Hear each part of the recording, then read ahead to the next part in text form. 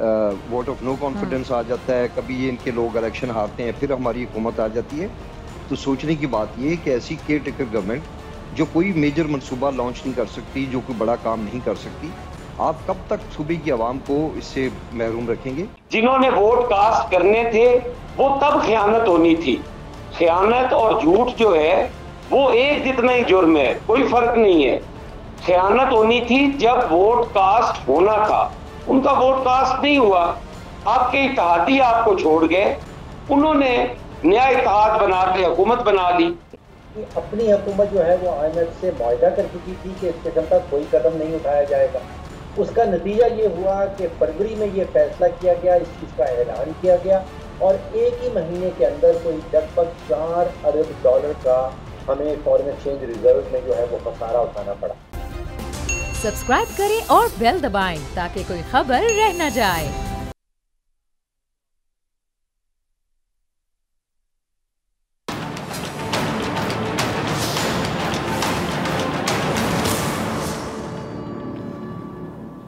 अस्सलाम वालेकुम नाजरीन। सुप्रीम कोर्ट ने मुल्क भर में एक साथ इंतखाबात करवाने की दरख्वास्त समाअत करते हुए तहरीरी हुक्मनामा जारी कर दिया है, जिसमें तमाम सियासी जमातों के आला ओहदेदारान कल अदालत में पेश हों। इसके साथ साथ सुप्रीम कोर्ट ने विफाक इलेक्शन कमीशन और अटॉर्नी जनरल को भी नोटिस जारी कर दिए हैं। मुल्क भर में एक साथ इंतखाबात कराने की दरख्वास्त पर मजीद समाअत कल होगी। आज दौरान समाअत अदालत का मौकिफ था कि बादी नज़र में इंतखाबात के लिए सियासी जमातों को मुज़ाकरात का मौका देने की राय दुरुस्त है। साथ ही सुप्रीम कोर्ट ने यह भी वाजे कर दिया कि मुज़ाकरात का मौका देने का हरगिज मतलब ये नहीं कि सुप्रीम कोर्ट का पंजाब में 14 मई को इंतखाबात कराने का हुक्म खत्म हो गया। इसके अलावा सुप्रीम कोर्ट के तहरीरी हुक्मनामे के अहम नुकात प्रोग्राम में ज़ेरे बहस होंगे। मुल्क में जारी सियासी, मुआशी और आईनी अदम इस्तेहकाम के खात्मे के लिए चीफ जस्टिस ऑफ पाकिस्तान समेत फाजिज मोअज़्ज़िज़ जज साहिबान शदीद तनकीद के बावजूद इंतहाई अहम और मौसर किरदार अदा कर रहे हैं ताकि मुल्क में बेयकीनी की जो सूरत हाल है उसका खात्मा हो सके। अच्छा, दूसरी जानिब PDM हुकूमत में सरबरा PDM जो हैं मौलाना फजलुर रहमान साहब, वो अपनी ही इत्तेहादी जमातों से नालान नज़र आ रहे हैं, नाराज़ हो चुके हैं, क्योंकि मौलाना फजलुर रहमान साहब अपोजिशन जमात जो है पाकिस्तान तहरीक इंसाफ से मुज़ाकरात के हामी नहीं हैं। और आज इसीलिए चेयरमैन पाकिस्तान पीपल्स पार्टी बिलावल जरदारी साहब खुसूसी तौर पर मौलाना साहब से मुलाकात के लिए उनके आबाई घर पहुँचे, जहां उन्होंने साबिक वफाकी वजीर मजहबी अमूर मुफ्ती अब्दुल शकूर की वफात पर ताज़ियत की। और इस मौके पर दोनों जमातों के कायदीन ने मुल्क में पायदार जमहूरियत इदारों के मस्बत जो आइनी किरदार है उसको वक्त की अहम तरीन ज़रूरत भी करार दिया है। और इस मुलाकात में मुल्क को दाखिली और खारिजी महाज पर दरपेश जो मुश्किलात हैं और इस हवाले से गुज़िश्ता 1 साल के दौरान जो PDM हुकूमत की परफॉर्मेंस है, कारकर्दगी है, उसका भी जायज़ा लिया गया। इसी तमाम तर सूरत हाल में बात करने के लिए मेरे साथ मान मौजूद हैं पाकिस्तान तहरीक इंसाफ से हाशिम डोगर साहब, बहुत शुक्रिया, और माहिर कानून अजहर सदीक साहब, आपका भी बहुत शुक्रिया ज्वाइन करने के लिए। पाकिस्तान पीपल्स पार्टी से हसन मुर्तज़ा साहब, आपका भी बहुत शुक्रिया वक्त देने के लिए। सबसे पहले मैं अजहर सदीक साहब आपकी तरफ आना चाहूँगी। अजहर साहब, निगरान सेटअप फ्लॉप, इलेक्शन कमीशन भी फ्लॉप, हुकूमत अपोजिशन की कोई रिट कायम नहीं हो सकी और ना ही एक दूसरे के रिट को कायम होने दिया इन्होंने। अब मामला सुप्रीम कोर्ट में है ताकि जल्द अज जल्द ये मसला हल हो जाए, जिसकी वजह से सारे मसले हैं आइंदा होने वाली समाअत में आप क्या देख रहे हैं, क्या होने जा रहा है?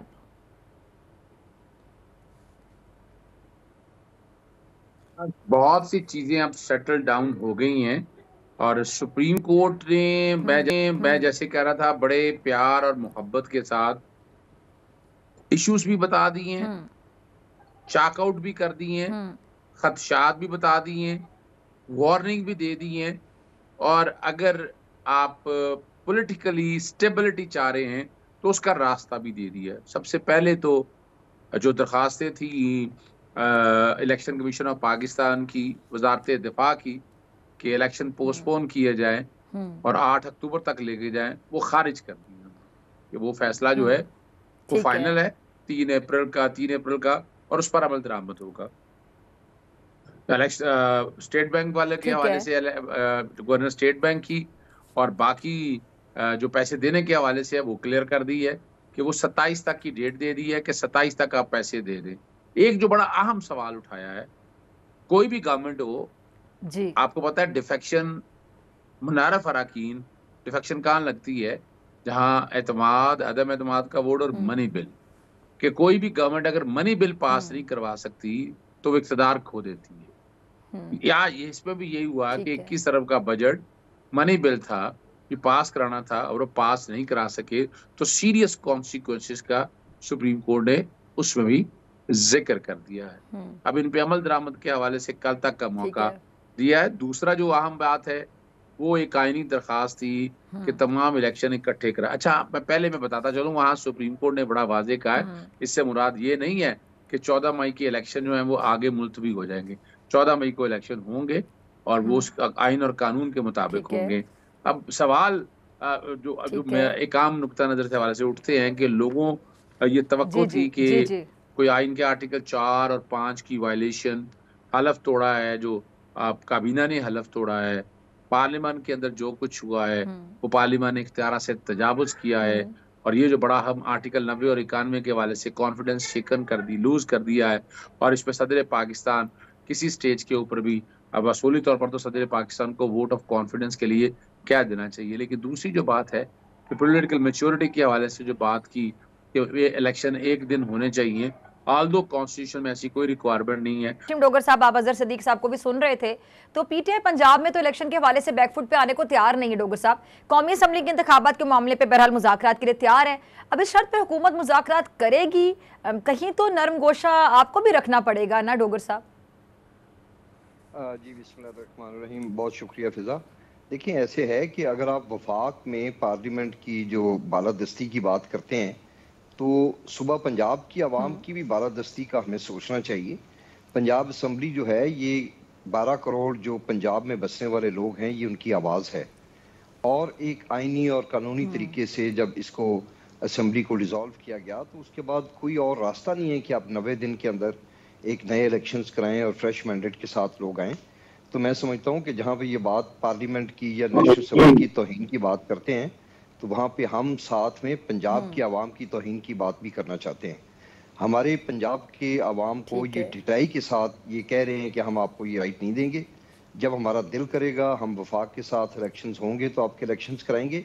आपसे मैं एक छोटी सी हाइपोथेटिकल बात करता हूँ कि अगर आप देखें एक मौके पे कौमी और सूबाई के इलेक्शन इकट्ठे होते हैं और किसी वजह से 3-4 माह के बाद कोई एक सूबाई असम्बली वो काम नहीं कर सकती, उसके अंदर मेंबर्स की डिवीजन आपस में ऐसी है कि बहुत कम है, और जैसे आज आज़ाद कश्मीर में हो रहा है कि वज़ीर आज़म का इलेक्शन ही नहीं हो रहा, और अगर ऐसी कोई सूरत हाल इलेक्शन के 2-3 माह के बाद आ जाए और वो असम्बली डिज़ोल्व करनी पड़े तो इसका मतलब है कि अगले 4.5 साल वहाँ पे मोहसिन नकवी साहब वज़ीर आला रहेंगे। ये कैसी है मकाना बात है। हर सूबे की अपनी एक एंटिटी है, एक अपनी शनाख्त है, और हमारे सूबे की आवाम जिनको ऑलरेडी 1.25 साल गुजर गया है, यहाँ पे कभी वोट ऑफ नो कॉन्फिडेंस आ जाता है, कभी ये इनके लोग इलेक्शन हारते हैं, फिर हमारी हुकूमत आ जाती है। तो सोचने की बात ये है कि ऐसी केयर टेकर गवर्नमेंट जो कोई मेजर मंसूबा लॉन्च नहीं कर सकती, जो कोई बड़ा काम नहीं कर सकती, आप कब तक सूबे की आवाम को इससे महरूम रखेंगे? तो इसलिए हमारा ये बड़ा सीधा सा मुतालबा है कि पंजाब की आवाम। और डोगर साहब एक और चीज आप कह रहे हैं ना, ये नहीं कर सकते वो नहीं कर सकते, तो केयर टेकर गवर्नमेंट जो एक काम करने के लिए बनती है वो भी नहीं कर सके ना ये? जी बिल्कुल, आज तक उन्होंने कभी इलेक्शन की तो बात ही नहीं की। मैं बड़ा फॉलो करता हूँ जो न्यूज़ सोशल मीडिया पे या कभी जो दूसरी प्रिंट इलेक्ट्रॉनिक मीडिया पे हम देखते हैं, आप यकीन करें कि मैं समझता हूँ कि आप इनके काबीना के जो एजेंडा पॉइंट्स हैं वो उठा के देख लें। इन्होंने 2 या 4 जितनी भी आज तक कैबिनेट मीटिंग्स की होगी, मैं बड़े यकीन से कहता हूँ कि उसमें कभी भी कोई भी इलेक्शन से मुतल्लिका कोई एजेंडा पॉइंट नहीं आया होगा। इसलिए नहीं आया होगा कि प्रोबेबली इनको किसी ने कहा था कि आप आएंगे तो आप 1-2 साल यहाँ रहेंगे, तो इसकी वजह से इलेक्शन की तो ये बात करते ही नहीं है। ये बाकी सारे अपने आप को मोहसिन नकवी साहब एक वो मैंने सुना है वो नाराज होते हैं अगर आप उनको केयर टेकर वजीर आला कहें, तो ये बिल्कुल गलत बात है। वजीर आला बनने का हक वही रखता है जो 12 करोड़ आवाम से मैंडेट लेके आएगा।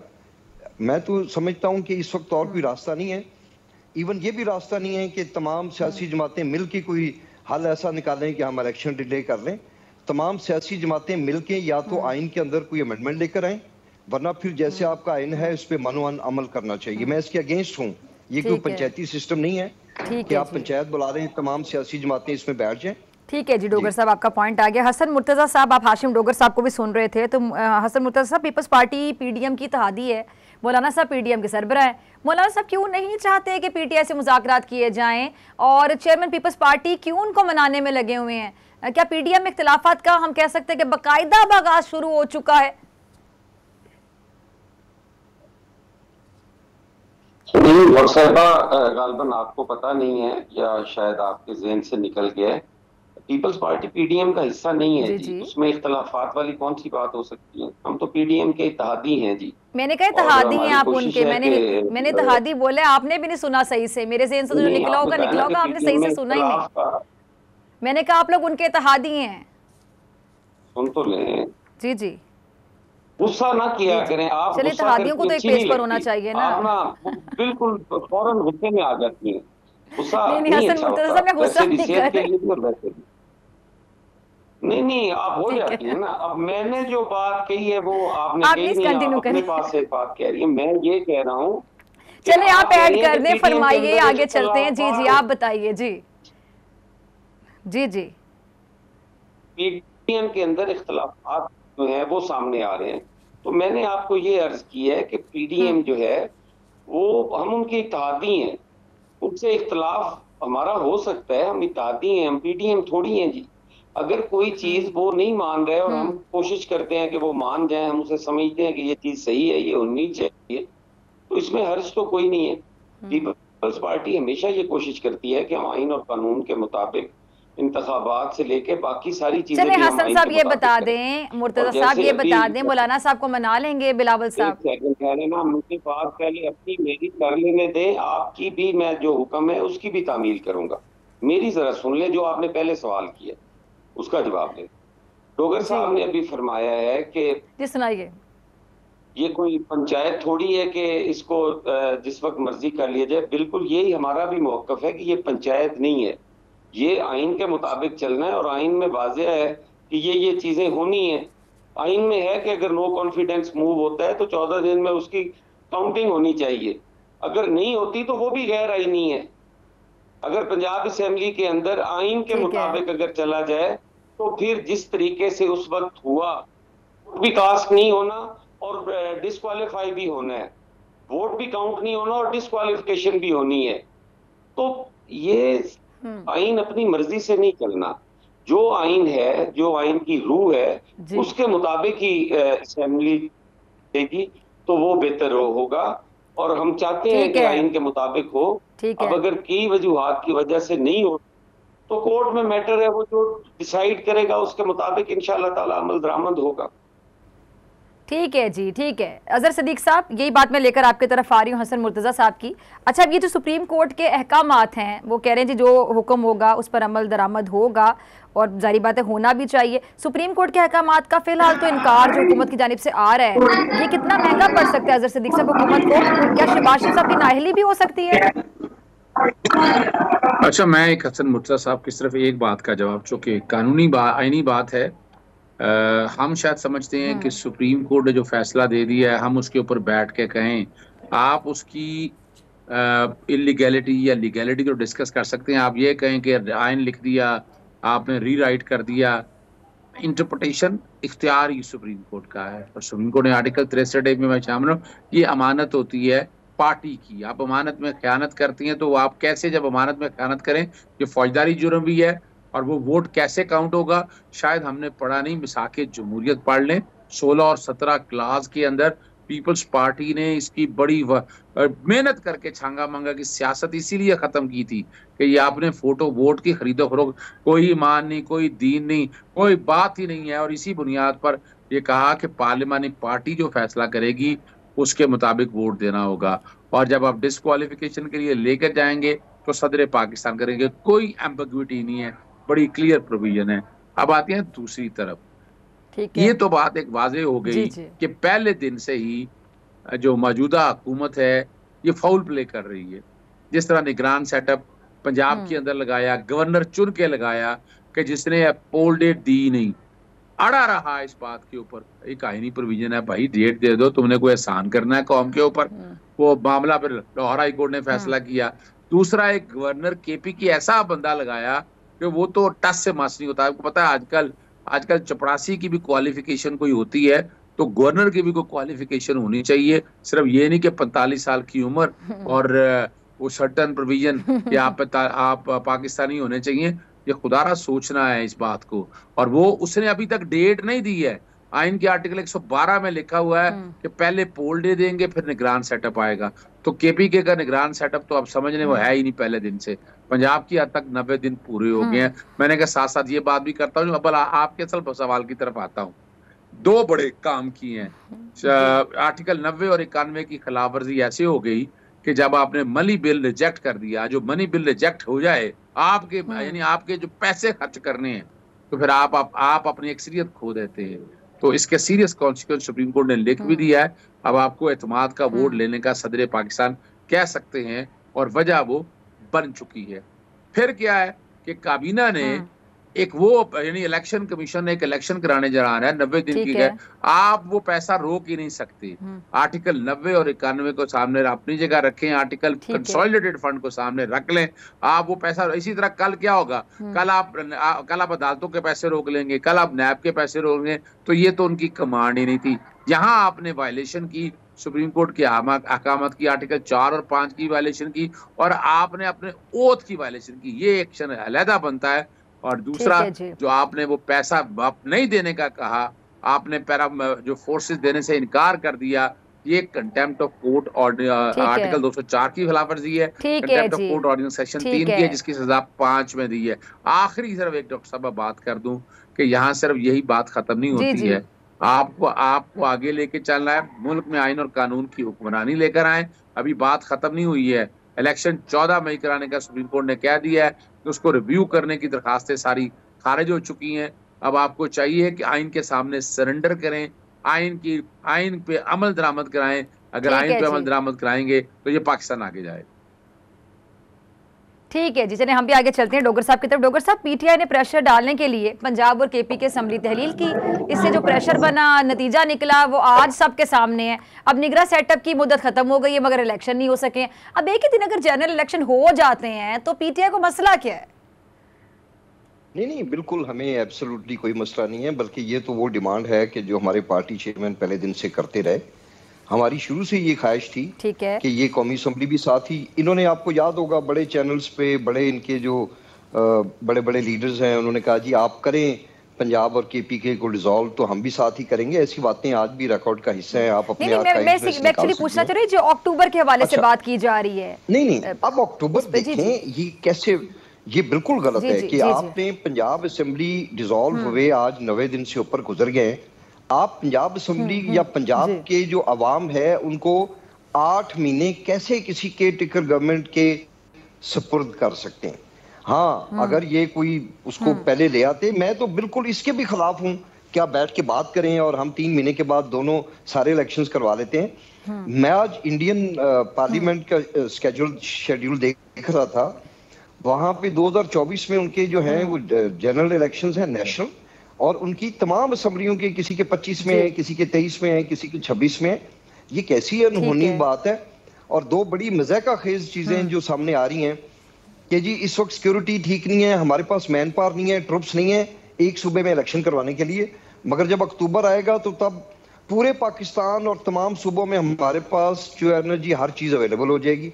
आज हमारे पास 10 या 11 अरब डॉलर नहीं है पंजाब के लिए, मगर जब अक्टूबर आएगा तो 50-60 अरब रुपए हमारे पास आ जाएंगे। ये दोनों चीजें इंतहाई मज़ाक़ा खेज हैं। ये दोनों चीजें ये हैं कि बस इलेक्शंस ना हो और कुछ भी इसमें आप अगर इनको कहें ना तो वजीर आजम शायद असम्बली में माजरत के साथ 3 मिनट कान पकड़ने के लिए तैयार हो जाएंगे, मगर वो कहते हैं इलेक्शन ना करवाएं और खुदा के लिए हमारे से जो मर्जी करवा लें। Very very upsetting for the people of Punjab. हमारी आवाम के लिए बहुत ये एक अलार्मिंग बात है। ये हमारे सूबे के हकूक की बात है और मेरा ख्याल है कि इसमें तमाम लोगों को अपने सूबे के हकूक के लिए खड़े होना चाहिए। ठीक है जी, हसन मुर्तज़ा आऊंगी लेकिन शॉर्ट ब्रेक के बाद।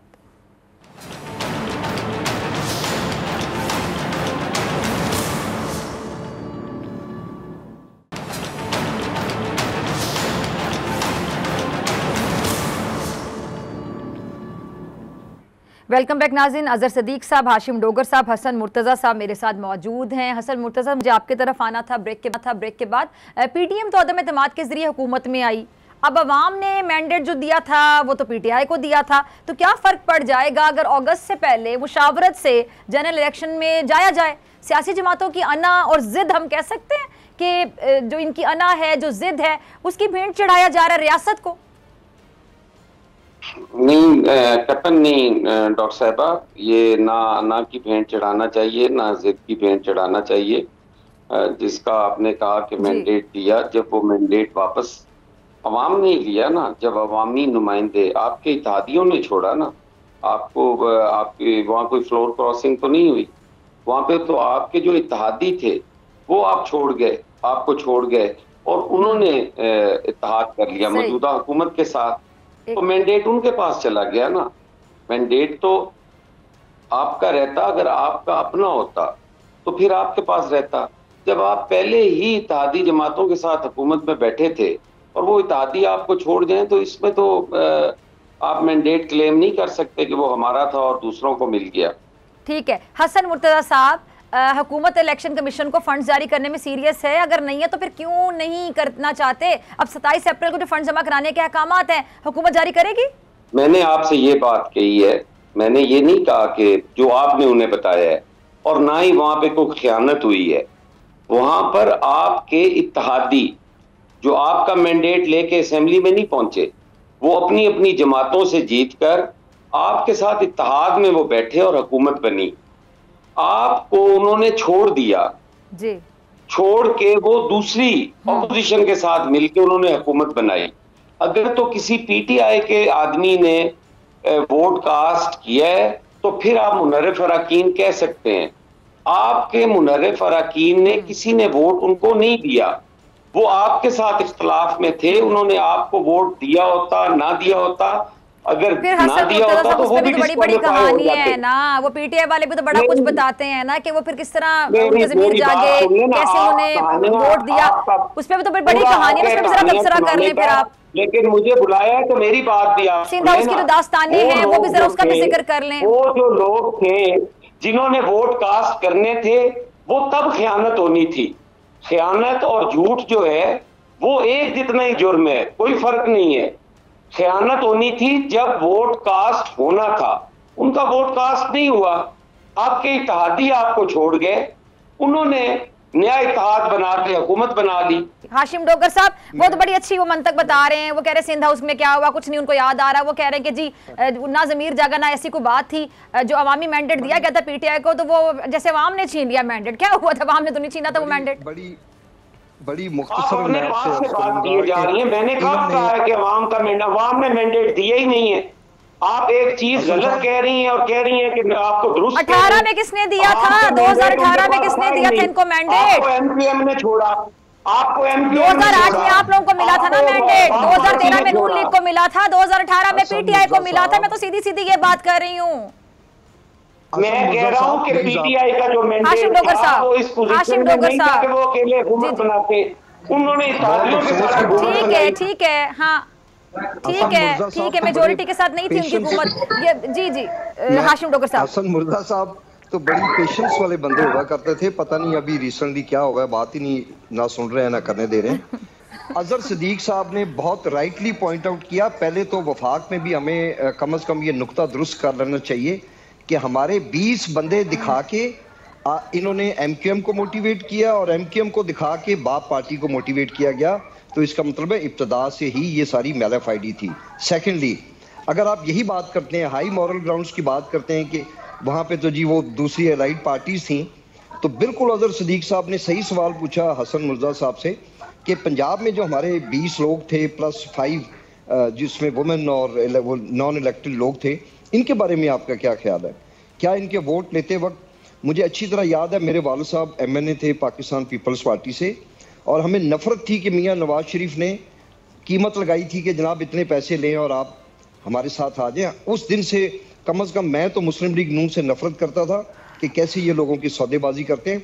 अफसोस ये हुआ कि शहीद मोहतरमा बेनज़ीर भुट्टो की वारिस जमात ने वही काम किया कि जो इनको फेस करना पड़ा था 1988-89 में। That's very bad. आप दूसरों को देख के हमें उन जैसा नहीं हो जाना चाहिए। हमें मैं समझता था कि पाकिस्तान पीपल्स पार्टी को अपने आला इक़्तिदार कायम रखने चाहिए, बदकिस्मती से नहीं रखे गए। सिंध हाउस का लोग नून लीग को मुर्द इल्जाम नहीं ठहरा रहे, वो पाकिस्तान पीपल्स पार्टी को ठहरा रहे हैं। ये लमा फिक्रिया है इस बहुत बड़ी जमात के लिए।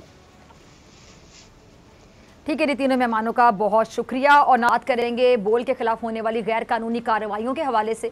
ये तो अब हर कोई जानता है कि बोल न्यूज़ को हमेशा से ही इंतकाम का निशाना बनाया जा रहा है, क्योंकि बोल हमेशा हक और सच के साथ खड़ा रहा, हमेशा आइन और कानून की बात की, हमेशा पाकिस्तान की बात की और हमेशा पाकिस्तान का मस्बत चेहरा दुनिया तक पहुंचाया। लेकिन इस हुब्बुल वतनी, बहादुरी, दिलेरी का नतीजा बोल के खिलाफ गैर कानूनी हथकंडों, पाबंदियों, बोल न्यूज़ के को चेयरमैन शुएब शेख साहब, बोल न्यूज़ के सीनियर एंकर पर्सन, बोल इंतजामिया, हत्ता के मुलाजमीन को हिरासा करने की सूरत में दिया गया। मगर बोल ना कभी जालिम के आगे पहले झुका और ना ही कभी झुकेगा। जालिम का जुल्म मुसलसल जारी है। बोल न्यूज़ के मार्केटिंग हेड आकाश राम के अगवा को 9 दिन गुजर चुके हैं। नामालूम अफराद ने 9 दिन पहले आकाश राम को उनकी रिहाइशगाह से अगवा किया, मगर उसके बाद आकाश राम और उनके मुलाजिमीन को जमीन खा गई या आसमान निकल गया, कुछ पता नहीं चल सका। हुकूमती इदारे और पुलिस आकाश राम का सुराग लगाने में ताहाल नाकाम है। मामला यह है कि बोल न्यूज़ और उसके ओहदेदारान के साथ ऐसा पहली बार नहीं हुआ, मगर इसके बावजूद हुकूमती इदारे और पुलिस कोई लाएअमल नहीं बना सके, कोई सुराग नहीं लगा सके। गुज़िश्ता साल भी बोल के अहम ओहदेदार, उनको अगवा किया गया। आखिर ये ताने बाने कहाँ जाकर मिलते हैं? हुकूमती इदारे इसका जवाब देने से कासिर हैं। आकाश राम के अगवा का मामला इस वक्त भारत समेत आलमी मीडिया में हेडलाइन बना हुआ है, मगर पाकिस्तान में सियासी महाजराई के सबब नज़रअंदाज किया जा रहा है, जिससे मुल्क और कौम का नुकसान हो रहा है। अक़लियती बिरादरी में तशवीश की लहर फैल रही है। सवाल यह है कि आखिर रियासत माँ होने का सबूत कब देगी? कब एक आम पाकिस्तानी के लिए रियासत और इसके इदारे मुश्किल की घड़ी में खड़े होंगे? कब इसके दुखों का मदावा करेंगे? ये और इस जैसे बहुत से सवालात के जवाबात एक आम आदमी सुनता है, मगर अफसोस के साथ किसी के पास इसका जवाब नहीं है। आपसे मुलाकात होगी ब्रेक के बाद, और ब्रेक के बाद मेरे साथ मौजूद होंगे फारूक सलीम साहब।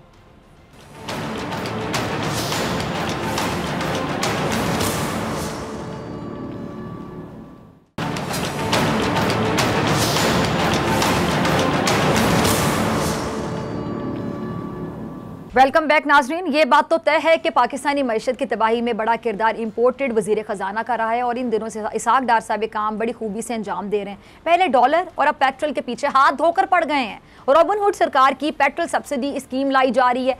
1000 सीसी की जो खस्ता हाल टैक्सी चलाने वाले बाबा जी पेट्रोल के हर लीटर पर 75 रुपए इजाफी देंगे, और वो इसलिए कि 30 लाख की 660 सीसी कार चलाने वाले बाबू को पेट्रोल 50 रुपए सस्ता देना है। क्या मजाक है, क्या तमाशा है? इसहाक डार साहब शायद नहीं जानते कि 660 सीसी कार 30 लाख रुपए की है अब, जिसे सिर्फ अमीर ही अफोर्ड कर सकते हैं। अच्छा मुसद्दिक मलिक साहब, अगर कोई छोटी कारों में सस्ता पेट्रोल भरवा कर लैंड क्रूजर चलवाता रहा तो क्या आप खुद उसे चेक करने जाएंगे? क्या सब गरीब मोटरसाइकिल या कार चलाते हैं? जो पैदल चलता है, साइकिल चलाता है, बस में सफर करता है, क्या वो गरीब नहीं है? ये सब्सिडी गरीबों के लिए या अमीरों के लिए है? ज्यादा बेहतर होता कि अपनी लैंड क्रूजर बिरादरी से सारे पैसे वसूल करते, मगर वहां पर तो आपके पर जलते हैं। कुछ करना ही था तो 75 साल में टैक्स चोरों और लुटेरों से पैसे वसूल करते, लेकिन वहां आपकी कांपे टांग जाती हैं। रकम लेना थी तो तोशा खाना से माल बनाने वालों से वसूल करते। पैनामा स्कैंडल, मनी लॉन्ड्रिंग, जाली बैंक अकाउंट्स, अल-अजीज याश, आशियाना, जो rental power, PIA, steel mill में करप्शन करने वालों से जो गरीब अवाम उनको सब्सिडी दिलवाई जाती। हद होती है सियासी शोबदाबाजी की भी। ये स्कीम ना सिर्फ अहम कान है, बल्कि IMF को नाराज करके कर्ज का दरवाजा भी बंद कर देगी। यही तो IMF का शिकवा है। एक तरफ कहते हैं कि ऐसी कोई स्कीम है ही नहीं, और दूसरी जानिब वजीर आजम साहब काबीना में मंजूरी के लिए ला रहे हैं। डार साहब को 282 रुपये जो लीटर है उस पर भी पेट्रोल सस्ता लग रहा है, तभी तो इसे पहले मरहले में बढ़ाकर 370 रुपये लीटर करने की मनसूबाबंदी कर रहे हैं। अब यहाँ भी हुकूमत कमाई का मौका हाथ से जाने नहीं दे रही है। हर लीटर पेट्रोल पर 25 रुपये नेशनल बैंक यानी सरकार की जेब में जाएंगे। अरे भाई, मईशत चलानी नहीं आती तो वजीर क्यों बनते हैं? बेहतर होता कि गर्दन और कमर का दर्द ले लिया, आप लंदन में बैठे रहते। अगर यही सब कुछ करना था यहाँ आकर, यूं अवाम की कमर तो ना तोड़ते। कुछ सोचा भी है कि पेट्रोल पंप पर शनाख्ती कार्ड और ये जो पासवर्ड और ऐप कौन चलाएगा, और वो जो शख्स है उसको तनख्वाह कौन देगा? लेकिन नहीं सोचा। अपने ठंडे कमरों में और कारों में गर्म सूट पहने ये लोग फैसले कर रहे हैं। जब दिल भर जाएगा एक दिन वापस लंदन उड़ जाएंगे। भुगतना तो बेचारी अवाम को है। फारूक सलीम साहब मेरे साथ मौजूद हैं, माहिर मईशत।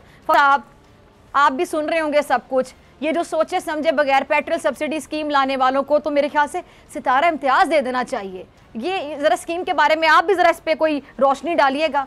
देखिए, जो माशी तकलीफ हैं जो 23 करोड़ पाकिस्तानियों को भुगतना पड़ रही हैं, उनकी वजह जो है वो सियासी बुनियाद पे माशी फैसले हैं, और ये सिर्फ इस हुकूमत के दौरान नहीं, ये पिछले कुछ अरसे से चल रहे हैं। 2 या 3 आपके सामने रखता हूँ जो सियासी फैसले हैं और उनकी एक बहुत बड़ी माशी कीमत जो 23 करोड़ पाकिस्तानी हैं उनको उठाना पड़ रही है। देखिए, पहला फैसला अगर आपको याद हो, फरवरी की 28 तारीख थी सन 2022। जो साबिक वज़ीर आज़म इमरान खान साहब हैं वो टीवी पे आए, आपको याद होगा, उन्होंने डीजल और पेट्रोल के ऊपर 10 रुपए फी लीटर की सब्सिडी का ऐलान कर दिया। अब वो प्योरली एक सियासी फैसला था कि अपनी हुकूमत जो है वो IMF से मुआहदा कर चुकी थी कि इस किस्म का कोई कदम नहीं उठाया जाएगा। उसका नतीजा ये हुआ कि फरवरी में ये फैसला किया गया, इस चीज़ का ऐलान किया गया, और एक ही महीने के अंदर कोई लगभग 4 अरब डॉलर का हमें फॉरेन एक्सचेंज रिजर्व में जो है वो खसारा उठाना पड़ा। जिस दिन ऐलान हुआ था उस दिन कुल 16 अरब डॉलर स्टेट बैंक के पास, और एक ही महीने के अंदर वो 12 अरब डॉलर पे पहुंच गए। तो सियासी फैसला था और उसका माशी नुकसान उठाना पड़ा।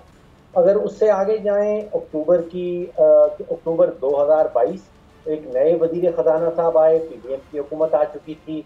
उन्होंने एक सियासी फैसला किया कि रुपए की कीमत को मसनूई तौर पे डॉलर के सामने मजबूत रखना होगा या रखा जाएगा। सियासी फैसला, इसके नतीजे में आज आप देख रही हैं कि हम 4-4.5 अरब डॉलर के ज़खायर पे बैठे हैं। जो आप सोचिए कि 23 करोड़ पाकिस्तानियों का ये मुल्क, और हमारे पास 3 हफ्तों से ज़्यादा की इम्पोर्ट का कवरेज नहीं रहा। तो ये एक और सियासी फैसला था जिसकी माशी कीमत चुकानी पड़ी।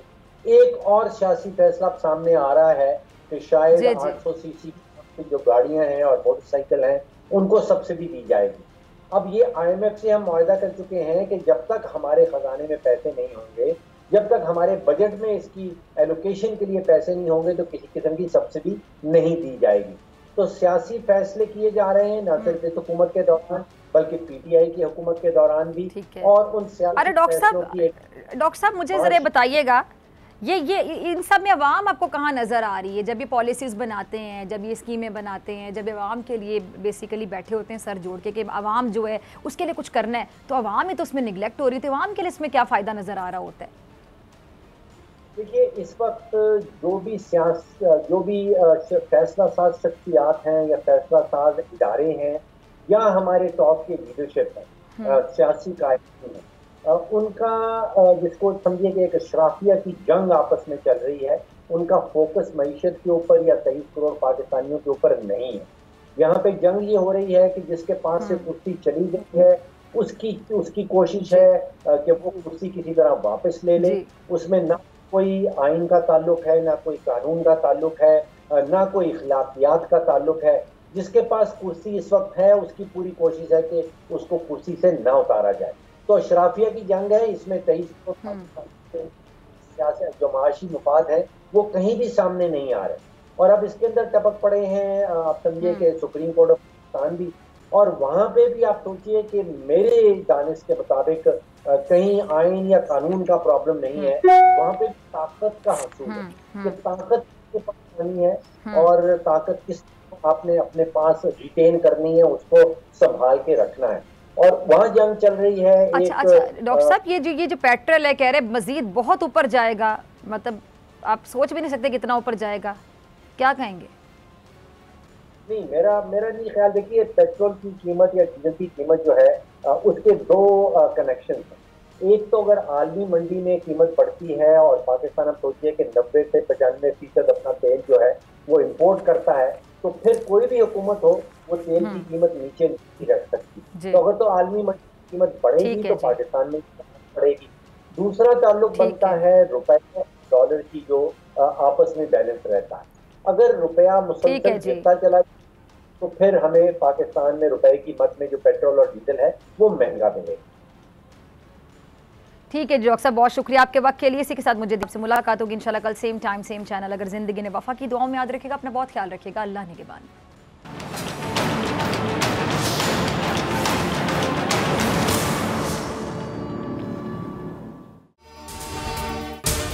अगर आपको ये वीडियो पसंद आई तो सब्सक्राइब करें और बेल आइकन पर क्लिक करें। हवाए नफ्स की है हुक्मरानी, लुटेरा कर रहा है पासबानी।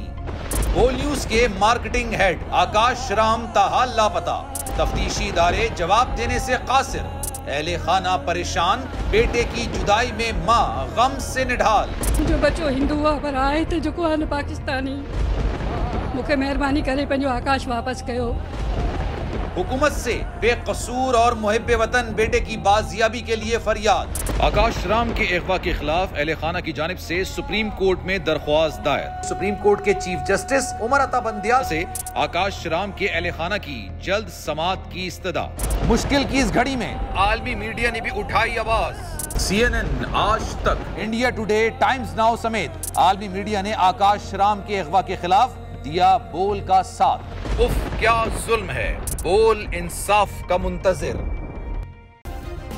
सब्सक्राइब करें और बेल दबाएं ताकि कोई खबर रह न जाए।